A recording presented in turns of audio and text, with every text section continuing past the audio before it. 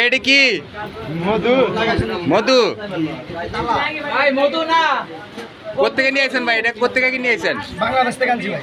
বাংলাদেশের কাঁঠাল। দেখেন ভাই, বাংলাদেশের কাঁঠাল এত বড় বড় আমার মনে হয় 21.5 কেজি ওজন হইব।